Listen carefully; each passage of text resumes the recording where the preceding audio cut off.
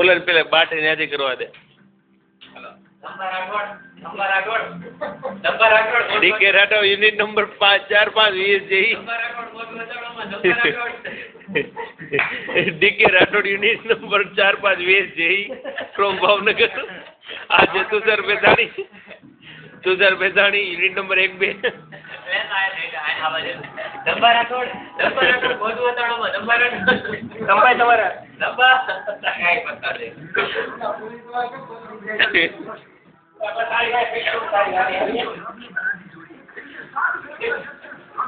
હાલ પર જ નો બતાડવો પડે કે હાલે બધું.